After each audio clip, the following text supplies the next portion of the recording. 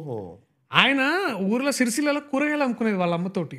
అక్కడి నుంచి హైదరాబాద్ వచ్చి అడ్డ మీద కూర్చొని అట్లా పోయి అసిస్టెంట్ అయ్యి, అసిస్టెంట్ నుంచి యాక్టర్ అయ్యి, యాక్టర్ నుంచి మెల్లమెల్లగా ప్రభాస్ అన్నతోటి అది 'మున్నా' సినిమా చేసి అట్లా one by one this man has seen full life at Balagam is truly a life changing moment in my career.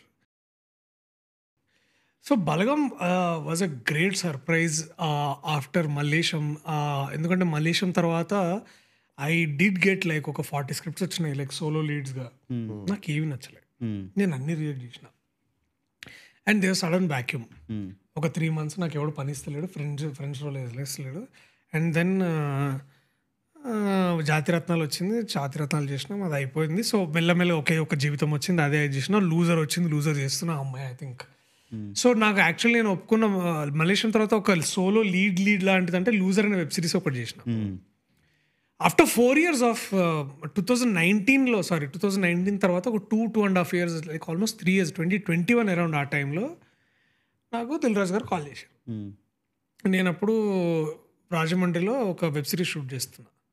చేసి ఏమయ్యా, నేను సార్ మీరు ఫోన్ చేశారు, అదే ఒక కథ ఉన్నది వినాలి, నేను మా వాళ్ళు చెప్తారు నీకు, సరే వినేసేయి, ఓకే సార్, ఓకే బాయ్.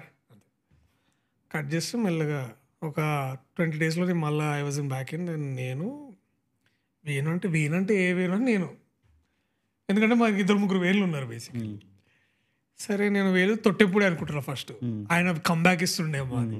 లేదు టిల్లు వేణు అన్నారు. టిల్లు వేణు ఓ వేణునా నేను, ఎందుకంటే వేణు ముందు కలిసిన బాగున్నారు, డార్లింగ్ నువ్వు చాలా బాగా చేస్తున్నావు డార్లింగ్, బాజే అని.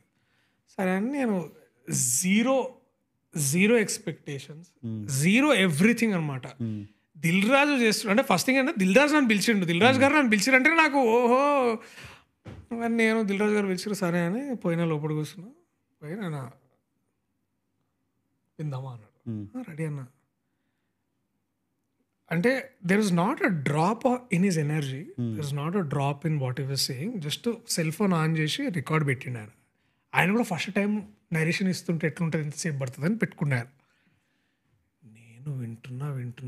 That man, you remember those puppet stories back in our childhood? ఒకడు పప్పెట్ స్టోరీ పెట్టి వెనకాల చెప్తుంటాడు, కింద విజువల్ కనిపిస్తుంటుంది. ఒకసారి if you look at concentratedly, మనకి అంత చిన్నప్పుడు అంత డిస్ట్రాక్షన్స్ ఉంటుంటాయి కదా, you are immersed in a world. Like you see the story moving, it's like Panchadandram tales. This man was like that. Like this person entered God mode అంటారు కదా, ఆయన narration అట్లుండే. నేను ఫస్ట్ హాఫ్ అయిపోయింది, నేను సీతారాం ఇట్లా ముఖాలు చూసుకుంటున్నాం. సీతారాం వాట్ హ్యాపెండ్, నేను అన్నం చూసినా నాకు అర్థమైతే లేదు. సెకండ్ హాఫ్ కూడా చెప్పిండు ఆయన. నేను I was in tears by the end of it. I went kissed and hugged and said అన్న నేను ఇది చేస్తున్నా. That day I was so surprised that this man, అప్పుడు దాకా నువ్వు ఆయన ఒక, you also saw Balgam, you know the depth of the film and then all out, like you only expect Venu to like tell a comedy story given his record. This man blew me out of the picture. ఏంది నేను చేస్తున్నాను అంటే నేను like done. And the way he narrated, ఎట్లా narrate చేసిండో మళ్ళీ సెట్కి వెళ్ళినప్పుడు కూడా అట్లనే తీసిండు ఆయన. అండ్ హీ వాజ్ అప్పుడు ఆయన కలుస్తుంటే అప్పుడు that is this 20th year in the film industry as an actor.